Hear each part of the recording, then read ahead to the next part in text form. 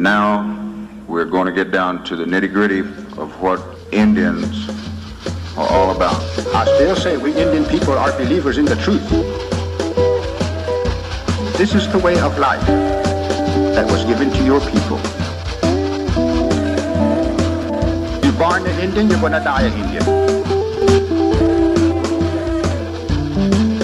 Indianness is a good life.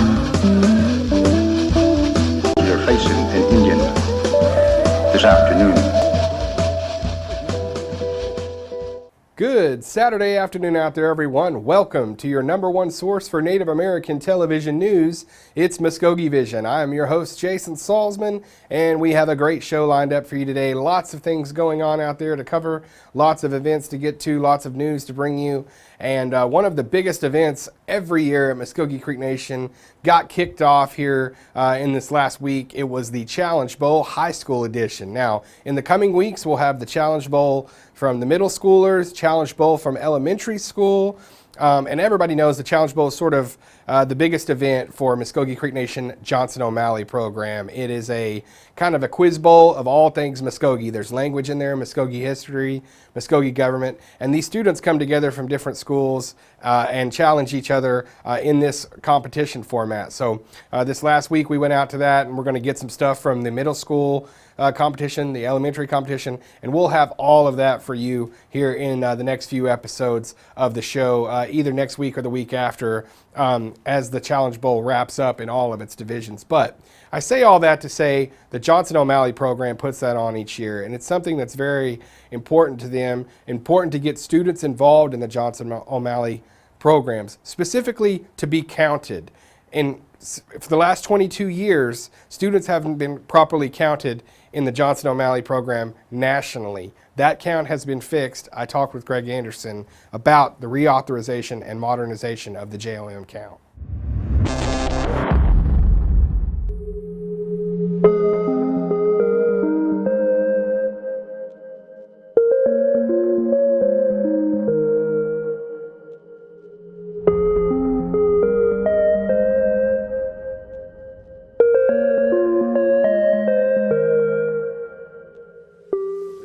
Okay, we're very pleased because the count, it's been 22 years since the last count, and we're working on a count of about 271,000 students.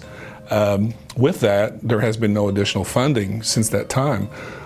So we estimate at this point in time, we're going to have between 1.2 and 1.4 million students in the Johnson O'Malley program that are eligible for services. So our thing is, we want to serve as many students as possible. If they're out there, they deserve quality education services. And with the passage of 943, this is the first step in allowing us, one, to do the count, the preliminary count, which will, one, determine the amount of students that are out there, and hopefully funding will follow. And we can get off that 22-year mark and be able to expect funds that will take care of all of our Johnson O'Malley students and programs.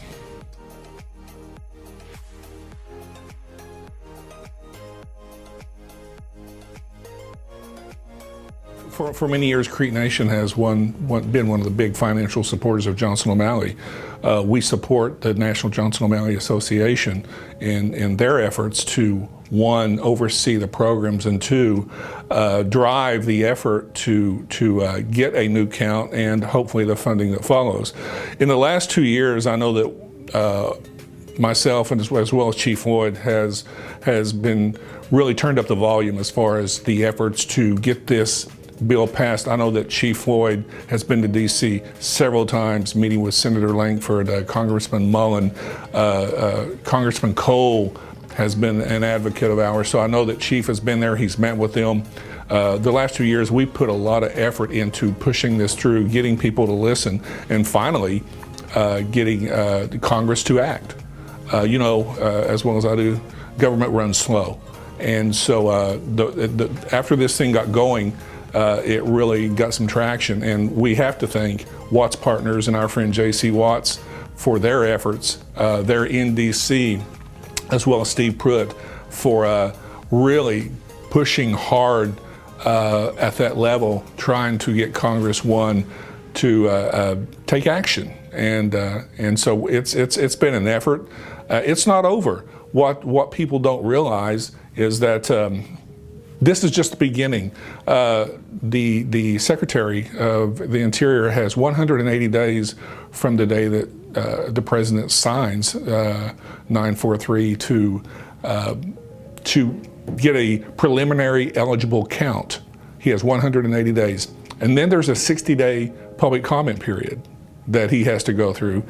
And then there's another 120 days that the Secretary reviews the eligible participants and issues a report.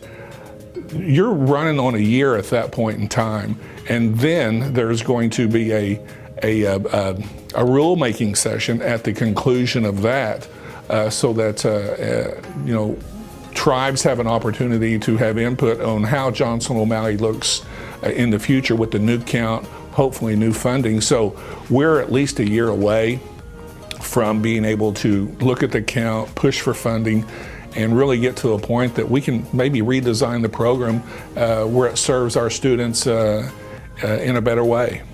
We're one of the larger Johnson O'Malley programs in the United States. That's why we've been a driving force. We have 45 schools in the Muskogee Creek Nation that are Johnson O'Malley schools. In that, there's 17,373 students that we fund, with over 7,000 of those being Muskogee Creek. And we allocate about $1.1 million in funding to those schools. So it's very important to us, it's very important to our schools, and more so it's important to the students that we serve. I want to thank Greg Anderson for his time there talking to us a little bit about the Modernization Act and also all the great people all across the United States that work in the Johnson O'Malley program each and every day for those students and the students that are eligible for services. It's a great, great program, always has been. To keep with students and moving right along into another one of Muskogee Creek Nation's really quickly becoming one of the more popular events throughout the years is the livestock show. Kevin Barnett was able to go to the livestock show the Muskogee Creek Nation puts on, and really it's a big thing for these kids that like to show animals and everything like that. If you've had children or grandchildren or just relatives or friends, anything in 4-H or FFA showing animals, there's really not a lot of money in it. A lot of money to be made in agribusiness and such. They're really introducing a lot of that to Muskogee Creek Nation, and for the past few years, for the very first time in the tribe's history. So the livestock show is one of the best events out of the year.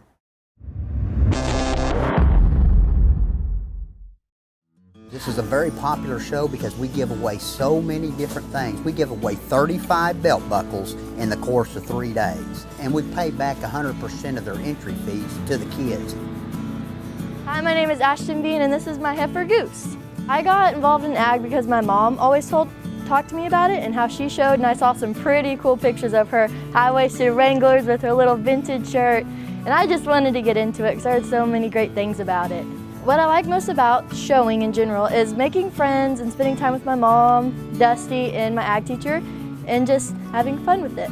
Sometimes your animal can get stressed out, and if they get stressed out, they won't look good and be in good shape. And if you ain't out there every day working with them and making sure they're looking good, they won't be the best they can be in the ring. Second place, Haley Caddo. We try to provide them a real life lesson out here when they're dealing with livestock, because they not only have to deal with the responsibility of feed and maintenance of their animal, but there's also a financial responsibility. It costs a lot of money, and it costs a lot of money to go up and down the road. So we're teaching them a lot of life lessons just as far as everyday knowledge, as far as how to balance a checkbook, expenses versus our profit and that kind of thing. But at the same time, we want to teach kids to look each other in the eye, shake hands, say hello, and make friends. I got started showing because of my dad. My heifers are Debbie and Dorothy, and I like them, and they're very pretty. And I raised them since they were calves. I have to wash them and brush them and blow dry them. I think it's good for her. I think she has learned some responsibility. She's also learned that you have to put in the time to win something, that you can't just go out there and do it. It takes time at home, not just showing up at the show.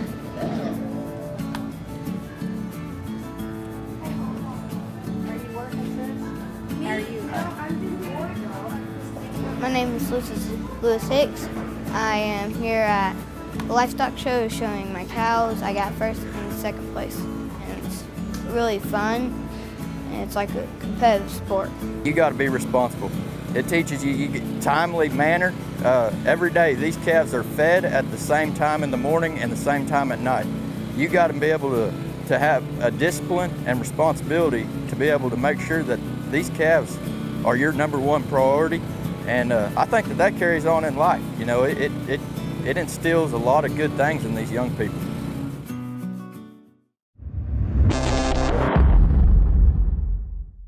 And great job there, Kevin Barnett. I want to thank him for providing that for us this week. Does a good job here at Muskogee Media. Now let's stay in education, but sort of shift from the high school, elementary, middle school ages to college students, specifically at the College of the Muskogee Nation. Recently, Dallas Pettigrew, a Cherokee citizen that is a faculty member at OU Tulsa in their social work program, wanted to come down to the College of Muskogee Nation to basically recruit, get more Native Indigenous students to social work programs at the University of Oklahoma. They offer a lot there, and really what he was talking to me about after he gave the presentation is that there's just so many programs at tribes that deal in social work, and really it's imperative that we have natives taking care of natives. They understand the communities, understand the inherent issues and challenges. So he came to the College of Muskogee Nation to recruit social work students for the University of Oklahoma.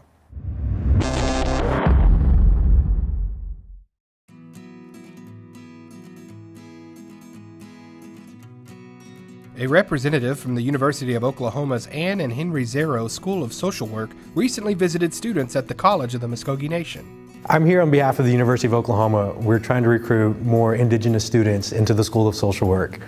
Right now we're doing really well. We have about 16% of our student body who are tribal members from various tribes across the state, but we want to continue to increase that diversity at our program. Oklahoma is home to many tribes, 39 tribes, and we want to make sure that every tribal member feels at home at OU. Pettigrew stressed the importance of pursuing Indigenous students to study and gain professional expertise in these areas.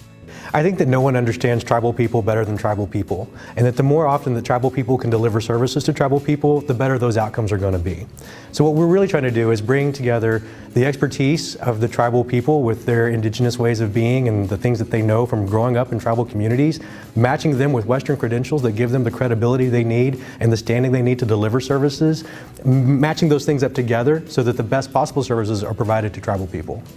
As a Cherokee citizen that spent 13 years at Cherokee Nation in child welfare, human services, and behavioral health, Pettigrew recognizes the work tribes do on a daily basis at various departments dealing with social work. How amazing is it that our tribes in Oklahoma are so sophisticated? They're at least as sophisticated as the states that we're housed in, probably more sophisticated than those states. We have some extremely highly qualified people who work at these colleges. At this college specifically, look at this facility, man. It's amazing. The students are coming out of here of the caliber and the quality that we need to come into OU and do a really good job there. They've been nurtured and fostered well here. They know how to study. They know how to take care of each other in a cohort, and that's what we're trying to replicate at the University of Oklahoma. Mackie Moore, the tribal services instructor at CMN, talked about the desire of the college to offer more opportunity for students to transfer to these types of programs. We've noticed that as we've grown here at the college, that we have a need for our students as they go on to a bachelor's program to look at making that transfer easier. And one of the ways that we're looking at doing that is now we're going to start, hopefully in the very near future, is a general studies degree. And what that will be able to do is create a more easier transition to those four-year institutions to go on for a bachelor's or master's degree. And we'll be able to add some other classes like the Introduction to Social Work that is required for the program that we're working on with Mr. Pettigrew. And it's all about what our students need, and making their transitions easier, because we want to give them every positive thing that we can to continue their education. They've came here. Most of these students, you can talk to them and they probably wouldn't have went to college if they didn't come here. We are a small community. We are mostly Creek, so everybody's familiar with everybody, and there's a sense of community and home and tribe within our small college community here. And transitioning from this to a larger institution of OU's caliber, or even NSU's caliber, or OSU, is going back to being that scared 18-year-old freshman right out of high school. And so having relationships with people like Mr. Pettigrew and stuff like that, and when he says, I'm going to be there for you when you come to my institution, that's what our students need. That's what our students have been used to. And so as our job as an institution to ensure that our students aren't just going, if they want to go out and get a job and be employed after they get a degree here, that's fine. But if they have aspirations of a higher education, let's find a path that's going to be successful for them, because their success is our success, and we're all the tribe's success. I think that's the way we look at it.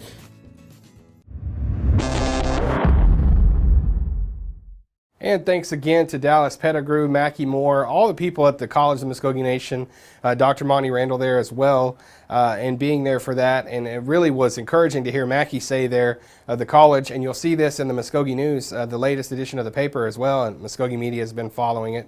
The college doing a lot more to offer gen ed requirements and things like that, get their courses in line to be able to transfer to large universities, four-year schools, and to bigger degree programs. So it's really encouraging to see them doing that, and the college really just continues to grow by leaps and bounds each and every year, not only in structure, but also in class offerings and everything like that, getting people prepared to go on and get degrees. Well, in the last few episodes you've seen before, we've done sort of a recap of some of the legal happenings around the country as it pertains to Indigenous issues. Jared Moore has put together our latest legal recap as we look at some of the issues facing tribes around the country. This week in tribal law, we take a look at cases and legislation impacting Native Americans across the country. At the United States Supreme Court, docket number 17-532, Herrera v. Wyoming. The question before the court in this case is whether Wyoming's admission to the Union or the establishment of the Bighorn National Forest abrogated the Crow Tribe of Indians' 1868 federal treaty right to hunt on the unoccupied lands of the United States, thereby permitting the present-day criminal conviction of a Crow member who engaged in subsistence hunting for his family. Oral arguments in this case were heard on January 8, 2019. Docket number 16-1498, Washington State Department of Licensing versus Cougar Den. The Yakima Indian Nation owns Cougar Den, a fuel distributor that imports millions of gallons of fuel into Washington annually for sale to the general public. An 1855 treaty between the United States and the Yakima Indian Nation provides members of the tribe the right in common with citizens of the United States to travel upon all public highways. The state of Washington seeks to tax Cougar Den for transport of fuel on state highways. The question presented is whether the Yakima Treaty of 1855 creates a right for tribal members to avoid state taxes on off-reservation commercial activities that make use of public highways. Oral arguments in this case were heard on October 30th, 2018. Docket number 17-1107, Carpenter v. Murphy. The question before the court is whether the 1866 territorial boundaries of the Creek Nation within the former Indian Territory of eastern Oklahoma constitute an Indian reservation today under 18 U.S.C. Section 1151A. Additionally, an order was issued on December 4, 2018 for a supplemental briefing addressing the following two questions. 1. Whether any statute grants the state of Oklahoma jurisdiction over the prosecution of crimes committed by Indians in the area within the 1866 territorial boundaries of the Creek Nation, irrespective of the area's reservation status. And 2. whether there are circumstances in which land qualifies as an Indian reservation, but nonetheless does not meet the definition of Indian country as set forth in 18 U.S.C. Section 1151A. Oral arguments were heard in this case on November 27, 2018. Meanwhile, at the United States Court of Appeals, Ninth Circuit, docket number 17-56003, Agua Caliente Band of Kuya Indians versus Riverside County. In this case, the tribe in question is appealing a summary judgment of the U.S. District Court of the Central District of California, which held that Riverside County could assess and collect a possessory interest tax from non-Indian lessees of Indian trust lands on the Agua Caliente Reservation. The case was argued on January 8, 2019, and the lower court's decision was affirmed on January 28, 2019. Docket number 17-35722, Stillaguamish Tribe of Indians versus Washington. The Stillaguamish tribe entered into a contract with the state of Washington in 2005 concerning construction on the Stillaguamish River. This contract contained an indemnification provision in which the tribe agreed to indemnify, defend, and hold harmless Washington from and against all claims arising out of or incident to the tribe's performance. March 22, 2014, a major landslide occurred 4 miles east of Oso, Washington, impacting 49 homes on the south side of the North Fork of the Stillaguamish River. Victims of this landslide brought suit against the state of Washington and ultimately won a settlement for $50 million. During and after the lawsuit and settlement, the state of Washington stated that it would seek indemnity from the tribe. The tribe then sued the state of Washington in federal district court, claiming that sovereign immunity would bar any suit from the state for indemnity. The district court granted summary judgment to the tribe. The Ninth Circuit review of the decision resulted in the lower court's decision being vacated and remanded back to the lower court with instructions to dismiss for lack of subject matter jurisdiction. This case was argued and submitted November 8, 2018, in the opinion of the Court of Appeals filed on January 22, 2019.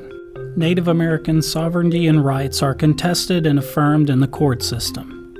Stay up to date on the status of these battles with Muskogee Media. And before we let you go this week, it has been a really busy January at Muskogee Creek Nation.